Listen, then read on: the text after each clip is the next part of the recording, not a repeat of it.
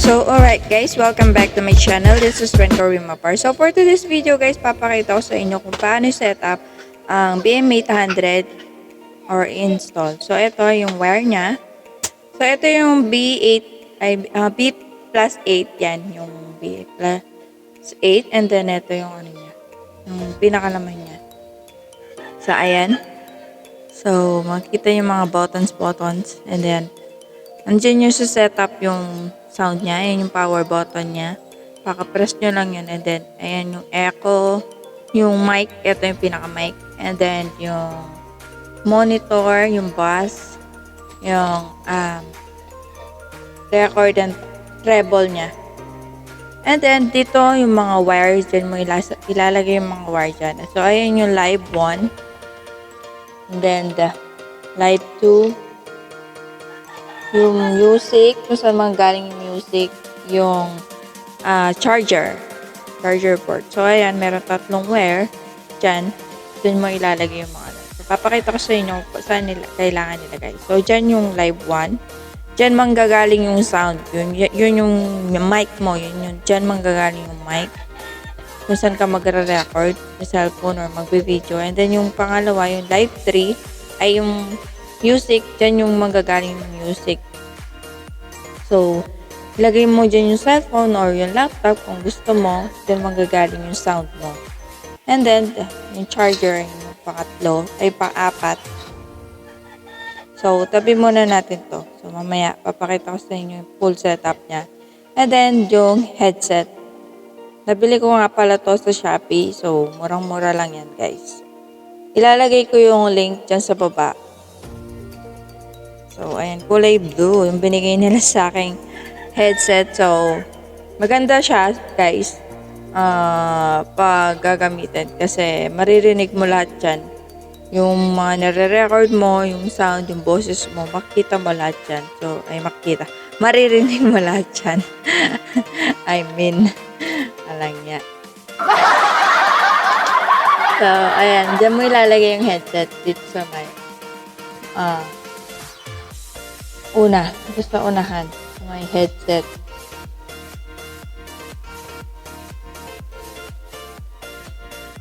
And then, doon naman yung mic.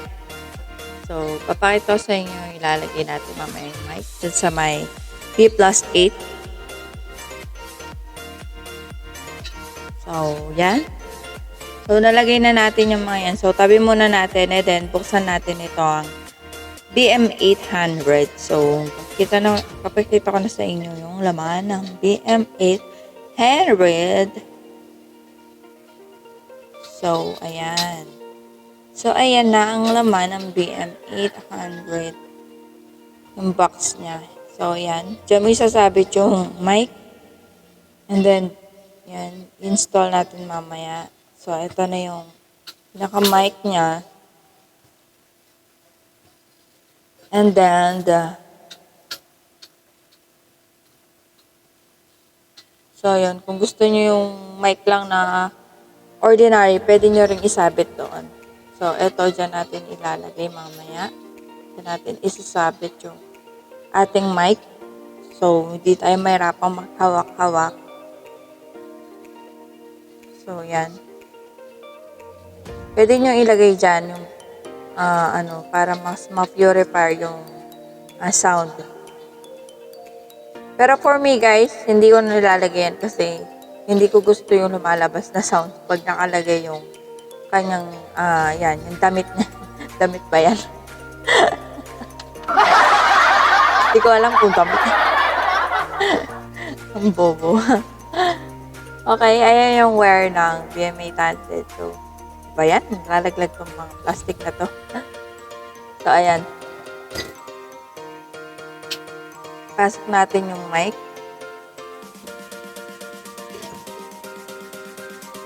Ayan yung wire.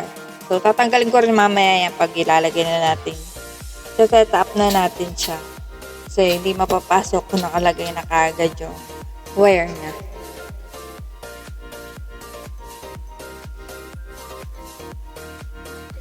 So, madali lang siyang i-set up, guys. Hindi ka naman masyado mahirapan.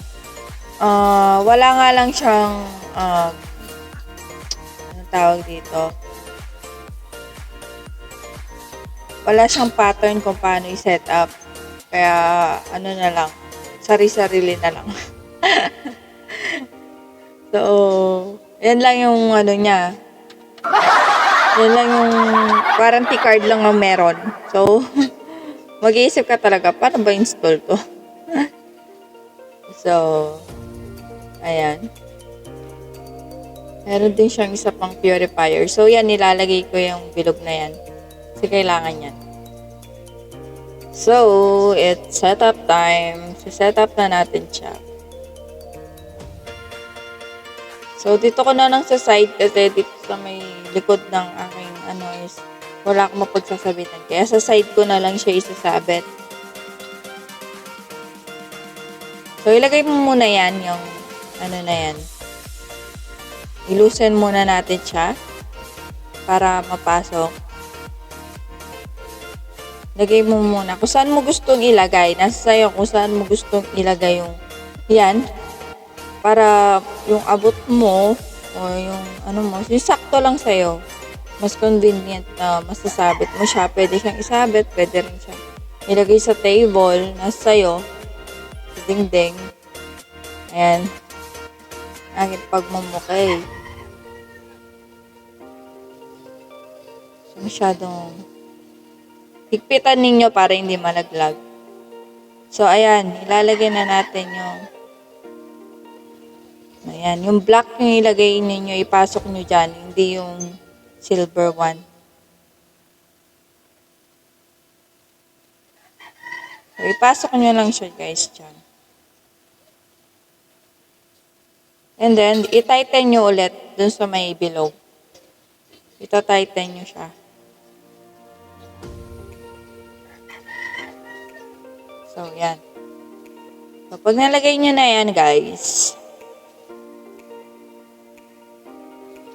yan, tighten nyo yung bilog na maliit.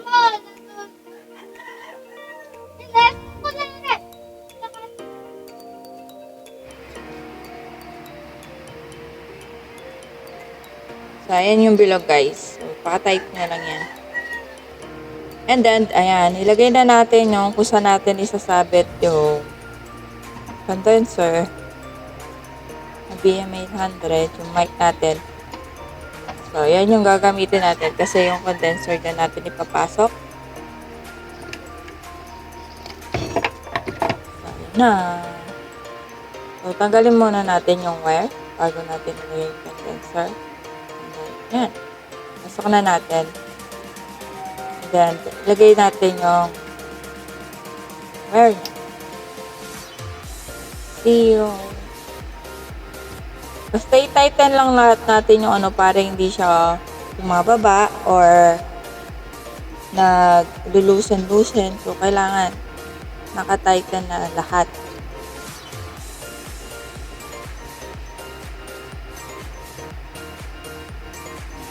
Pag hindi siya ma-tighten, bumababa siya. Kaya kailangan naka-tighten lahat ng mga tornilyo niya. So, ayan. Alright. Mababa siya. Ba yan? Parang bababa? Spaghetti pababa. So, ito yan ang gamit ko ngayon, guys. Ito, BM800, as you can hear. So, maganda naman. Nasa inyo kung paano nyo siya isa-set up talaga.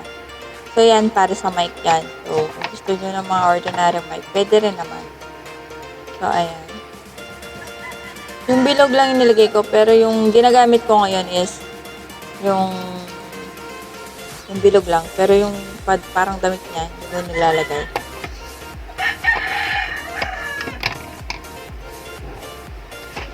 Then, set up na natin. So, ilagay na natin yung mic doon. Okay. Meron tayong bisita.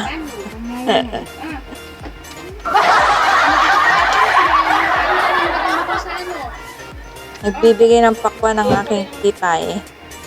Ayan, nakaset up na siya. So, long press lang guys, dyan sa may power button. So, as you can see, sina-charge yan, guys, ha? Yung V8.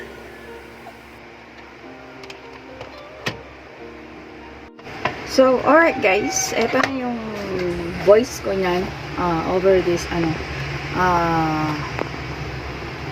itong BM800. Ito na yung ginagamit ko, guys. So, ito yung V+8. So, guys, ito yung mga sounds niya. Diba?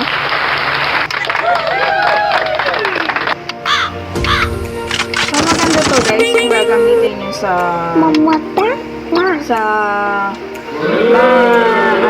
live video, ganyan, sa Facebook or sa YouTube, pwede rin. So, para ka na lang DJ. So, guys, and nasa inyo, guys, kung paano nyo gusto ilagay. Yung monitor, nasa full. Nasa full siya. Nilagay ko siya sa full. And then, yung music, nasa kalahati lang. And then, yung record, yun, malakas. Pinakatodo ko. And yung bass, nasa may middle lang. Kalahati lang din. And yung treble, nasa kalahati lang din. And then, yung mic ko, tinodo ko. And, para marinig nyo ako. And then, yung echo, mga nasa 3 lang siya. So, nasa inyo guys kung paano nyo gustong i-set up ito. So, yan. Naturo ko naman na sa inyo kung saan nilalagay yung mga port na to. And then, guys, sobrang mura lang niya. For only 900 pesos. Meron ka ng headset. Meron ka ng V+8. And then, meron ka din BM800. So, super mura. Sa Shopee siya ng order. So, guys, super mura lang. And then, ganun lang siya i-set up. So, kung cellphone yung gamit ninyo, eto guys, dito manggagaling yung sound ng music. Kung gusto ninyong i-connect sa inyong cellphone or sa laptop, pwede rin guys. So, eto yung background music niya na non-copyright guys. So, maganda dito is napupurify niya yung sound. Yung ibang sound sa labas, hindi na maririnig ng dyan sa may background natin. Sa ating cellphone, kung nag-aantay lang ng kung may ingay sa labas. So, ito magandang gamitin to guys. So napaka budget friendly. For only 900 pesos, meron ka na nito. And then, sa Shopee, meron pa ako nakuhang cashback. So, yung cashback ko is 135. 15% off. So, yung cashback na yun is, yung points na nabalik sa akin is 135. So, less mo pa yun. So, nasa 785 na lang yung binayad ko, guys. So, napaka-cheap and budget friendly talaga. Sana ilalagay ko sa description down below kung saan ko siya nabili, yung link ng Shopee para makapag-order din kayo.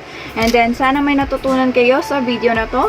And, good luck sa inyo. Sana magustuhan ninyo yung setup. And, stay safe guys. Kung di pa po kayo subscribe sa aking channel, please subscribe and click the bell button para ma-notify pa po kayo sa mga susunod ko pang mga videos. So guys, good luck and God bless you all.